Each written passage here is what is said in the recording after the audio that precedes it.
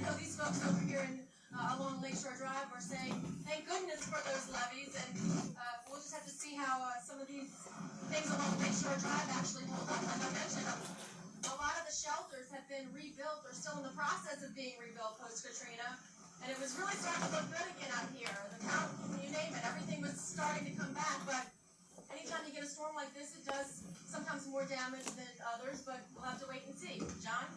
All right, Kim, thanks very much. Let's go to Bob Breck because I want to talk more about what is more than just a pretty picture. Where this water along the industrial canal is coming from, and I think Bob can give us maybe a radar image with a telestrator that would help to let people understand what's going on, or however you'd like to do it. Well, first off, before we do anything, let me give you a lesson in geography. Kim talked about West End. That's right here. Don't move it yet. This is West End here. Where Kim is right here at the lake. This is Canal Boulevard going out to the lake, and because we're going to pan over to the industrial canal. Now, Kim, if you can keep going off to the east, we'll come upon the industrial canal. Here's the Bayous, London Avenue Canal, and then we come to the lakefront airport here. This is the industrial canal that enters the lake. Here's the outfall, not the outfall. This is the what do they call the canal that? That's the Intracoastal Waterway. This is the intercoastal that goes all the way on over to Florida.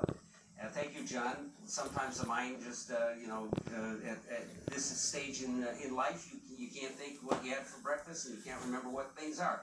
This is where Geraldo had the video from right in here. And if you remember, the barge crashed in and all that water went into the lower Ninth Ward and eventually helped get into St. Bernard.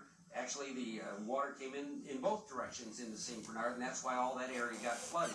So what my question was earlier is the locks are right here where they kind of let the barges and whatnot go back into the Mississippi. So why can't they? And what we'll do here is kind of move this up so we can see it a little bit better. My question would be to the Corps, because I guess it would have to be directed to them or whoever. I don't know who operates the locks, but why can't you open these locks so all this water that's in the industrial canal that's coming in from the Mr. Go into the intercoastal and it's coming in from the lake, like so, why can't they just open the locks to let that water drain out into the Mississippi? Now, there may be a very logical reason why they can't do that, but that would be my question now. Now, you want to say, when is this water going to, start to leave us? And let's see here if I can, oh my goodness, Chris, help me out here. Why is the mouse locked up so I can get on to the other Viper right above it? And if you can get me to there we go. Here's why we can't get this water to go down right now. Now, we have the storm center that's coming over on land now. It's on land over the home and Terrebonne area, and that should get it to weaken. But until we get this thing to get far enough west of us, we're still getting the winds that now are wrapping around the system like so. What does that do?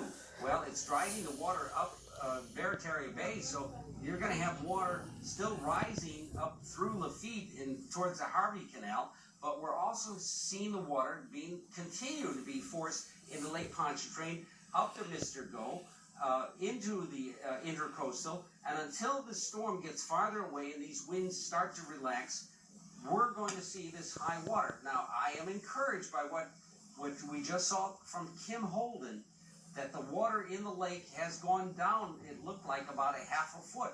Maybe we are at or have seen our high water mark now, and that the winds, even though they're still strong, they're beginning to slacken a little. If I look at my wind gauge here at Fox 8, though, we're still 45, 50, 53 miles an hour, 34. Well, we're still fluctuating in that 30 to 40 to 50 mile an hour wind range. We need to get those winds to come down 20 to 30 miles an hour, and the water on itself will start to flow back out of the lake and back into the Gulf. So it's a slow process. It's going to take a while, and I know it has a lot of people nervous. Yeah, when we were looking at Kim Holden's video a minute ago, we saw pieces of land that were covered up, that were supposed to be covered up when a hurricane comes like this.